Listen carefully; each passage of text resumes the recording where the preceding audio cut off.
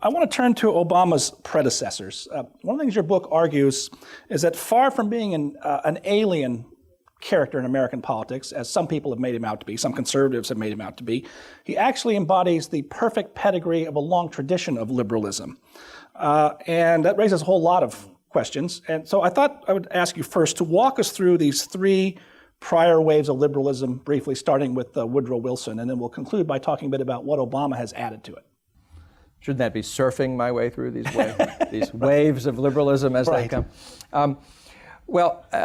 You know, if you go back 100 years, exactly 100 years to 1912, this is the election in which liberalism, I think, first burst into American politics. Intellectually, the ground had been laid, you know, for the previous 2 or 3 decades, at least. But when liberalism hit American politics, and for a long time thereafter, American politics didn't know what had hit it. It took a long time for the opponents of liberalism to figure out what it is they were really opposing, and therefore, at least by implication, what it is that they were defending. Can I interrupt you right there? Because this is a question that's been on my mind for a long time that I don't have a good answer to, which is, you just given a partial answer, which is it took a long time to figure this out. But why was there, with only limited and very partial exceptions like Elihu Root, for example, why was there no significant intellectual opposition to the progressive turn in American thought at the time it was happening? There was opposition to the New Deal, both intellectual and political, ineffectual, but there was none virtually to progressivism. Can you explain this? Well, that's a good question, and it's a complicated phenomenon. I mean, in part, it's because of Reconstruction and the effects of Reconstruction on our politics. Many people thought that with the Civil War, the core questions of American politics had finally been resolved. The nature of federalism, whether there was a right to secession, the powers of the national government in emergency and in peacetime, all those sort of traditional issues of our politics had been resolved, in fact, if not in theory, by the Civil War. The great issue left over was what to do with freed black people in the South, and to some extent, of course, also in the North and West, but primarily in the South. And after a Reconstruction program that lasted, you know, from 1865 in one way or another to 1877, Reconstruction ended with a whimper, not a bang. And it was thought, I mean, a lot of people, I think, believed that the failure of Reconstruction indicated the obsolescence of the issues of Reconstruction, that these are questions that belong to a prior age. It was useless to keep trying to force racially neutral democracy upon the South. They would get there eventually on their own. And instead, we needed a whole new agenda for American politics. If enforcing the old Constitution was not at the center of our political life, what was? And for the whole generation of progressive intellectuals at the end of the 19th century, what they were looking for was a new intellectual framework with a new set of goals for our politics. And they found this in what eventually became known as progressivism. But the other reason why there was not greater opposition, I think, is that the confidence in progress across the Western world was so high, both because philosophically it held the moral high ground, and also because practically the whole world was being run by a few countries in Western Europe who had colonized Asia and Africa and the oceans, and were extending their power. The United States was a rising power. And it really looked as though the dreams of the Victorian age, its confidence in progress, was literally being worked out in front of them. I mean, the world did seem to culminate in a kind of rational state ruling and enlightening a rational world from Western Europe or from, say, the Western Hemisphere. Yeah, we hadn't yet seen the prospects of totalitarianism. No, and this is before World War I, and it's before the darkest side of progress Right. began Now, to manifest I itself. deflected you, and so now what I'm going to make you do is surf ski over the three waves of liberalism that precede Obama, Wilson, FDR, and LBJ, if you can.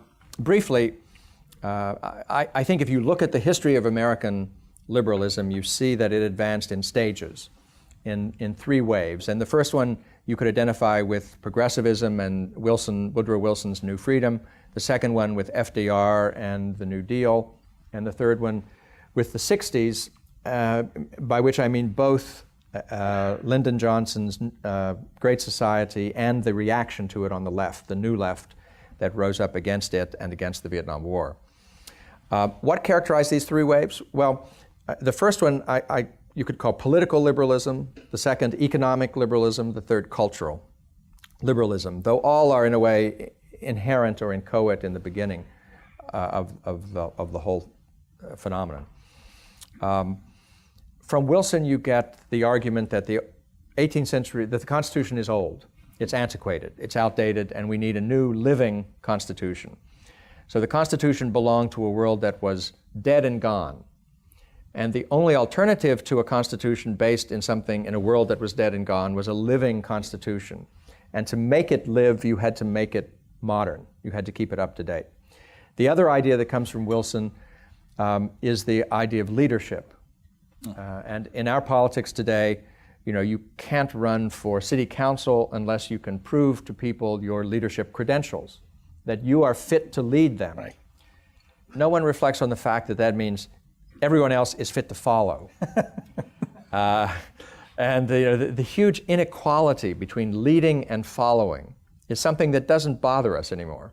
It used to bother us, which is why leadership was really a marginal phenomenon in our politics in the 19th century and in the 18th century, but it became the very center of workable democracy in the 20th century and today.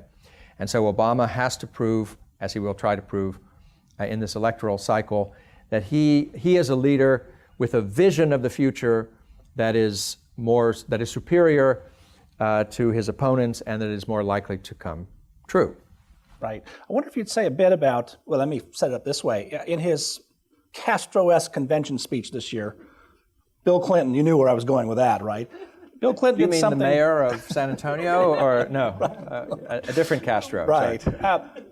Bill Clinton did something that reminded me a little bit of FDR and FDR's revision of Woodrow Wilson. Yeah. Toward the end, he invoked the framers who pledged their lives, their fortunes, and their sacred honor, the close of the Declaration of Independence, in the service of creating a more perfect union, the preamble of the Constitution. Woodrow Wilson had rejected both of those, and FDR, I think, recognized the mistake of that and put them back together, but in a mischievous way that has plagued us ever since, hasn't it?